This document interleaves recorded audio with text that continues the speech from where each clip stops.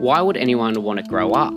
Growing up means leaving behind a world of possibilities and choosing only one. Growing up means taking responsibility for the direction of your life. Growing up is terrible for business if your business model relies on selling nostalgia to the masses.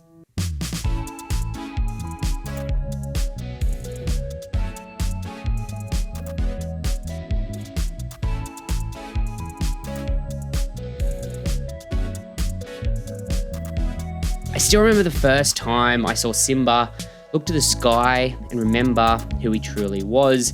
That moment when Luke Skywalker learns to trust in something greater than himself to make the shot. Not to mention the time Peter Parker learned that whole thing about power and responsibility. As a child, these moments provided lessons about what it meant to grow up. Unfortunately, these lessons have been plucked from their original context and turned into a constant stream of nostalgia to consume. Another reboot, another Star Wars show, another superhero.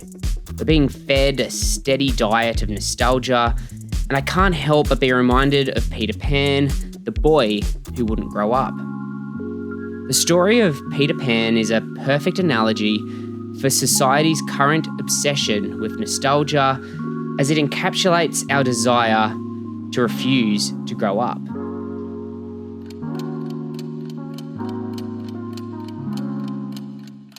The story begins one fateful night when a magical boy that never grows up takes 3 English children, the Darlings, to the magical island of Neverland, where they meet up with his crew of lost boys to go on adventures against the diabolical Captain Hook. Curiously, Hook did not appear in early drafts of the play, where Peter Pan was actually the closest thing the story had to a villain. Captain Hook attempts to exact his revenge on Peter for feeding his hand to a crocodile. The crocodile that is in constant pursuit of the pirate, and the ticking clock within it, represents time. The crocodile has already taken Hook's hand, and now is in a constant pursuit to devour the rest of him. Time comes to devour us all. We call it aging. And in the same way, Hook refuses to leave Neverland despite being chased by the jaws of time. Perhaps it's not so surprising that leaving our own islands of childhood is so very difficult, despite that ticking clock following us.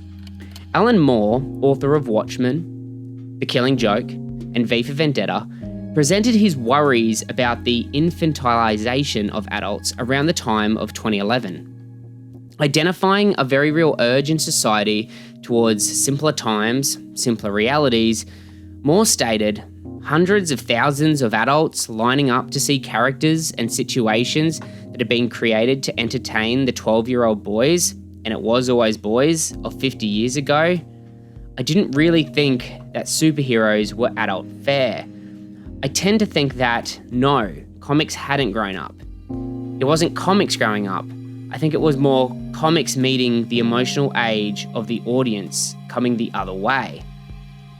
So what's the problem with crying tears of joy at Chewbacca coming back, or having a personality that revolves solely around a love of a fandom? For this, I look to a band of adventurers on the island of Neverland, the Lost Boys, who are led by Peter, changed significantly from the original novel to the Disney film. Apart from the truly worrying aspect that Peter Pan takes boys who are lost by their parents and thins them out when they begin to grow up, it's fascinating to reflect on the idea that Peter would also sometimes give them pretend meals and refuse to believe that they would still be hungry. Why did Peter do this? Because he'd lost the ability to identify real from fantasy.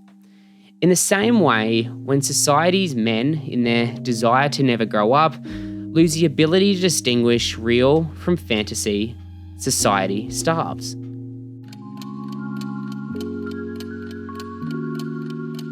Interestingly, there are 3 females that exist in the life of Peter Pan, and through analysing these characters, it's clear to see how his immaturity creates a barrier in his ability to form any true relationship.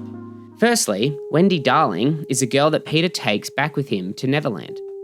Towards the end of the story, Wendy professes her romantic feelings for Peter to which he promptly dismisses as he sees Wendy as nothing more than a mother to take care of him. Then there is Tiger Lily.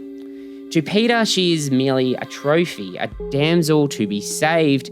Again, he fails to see the world as a reality filled with people and relationships, but instead as a playroom full of toys. Finally, there's Tinkerbell, the fairy of boys' dreams, jealous of other girls, always up for a good time, shaking her pixie dust all over the place. She's the adolescent pixie that is so common in today's media-obsessed world. As fun as never growing up might seem, you sacrifice true, meaningful relationships. Children are nothing if not selfish. They are literally the centre of their universe. We accept this since they will eventually grow up, and it's so important for them to experience the world with endless possibilities. But adults are defined as having chosen one of these possibilities and are actively working towards it. A man that fails to do this seems, well, like a lost boy.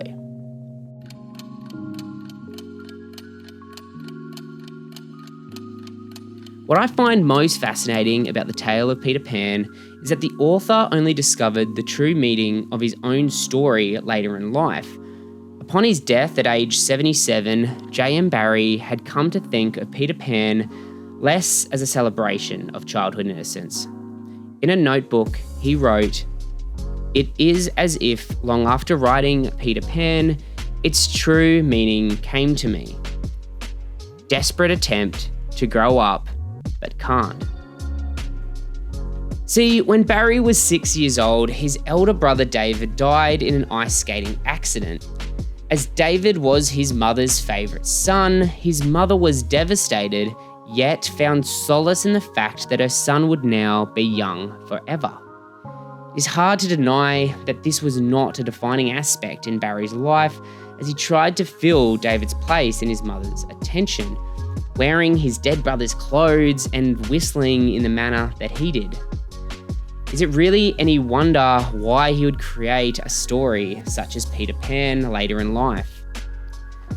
Deep within all of us, there is still the spirit of our younger selves, this spirit that nostalgia-baiting movies prey upon to keep us trapped in our own Neverland.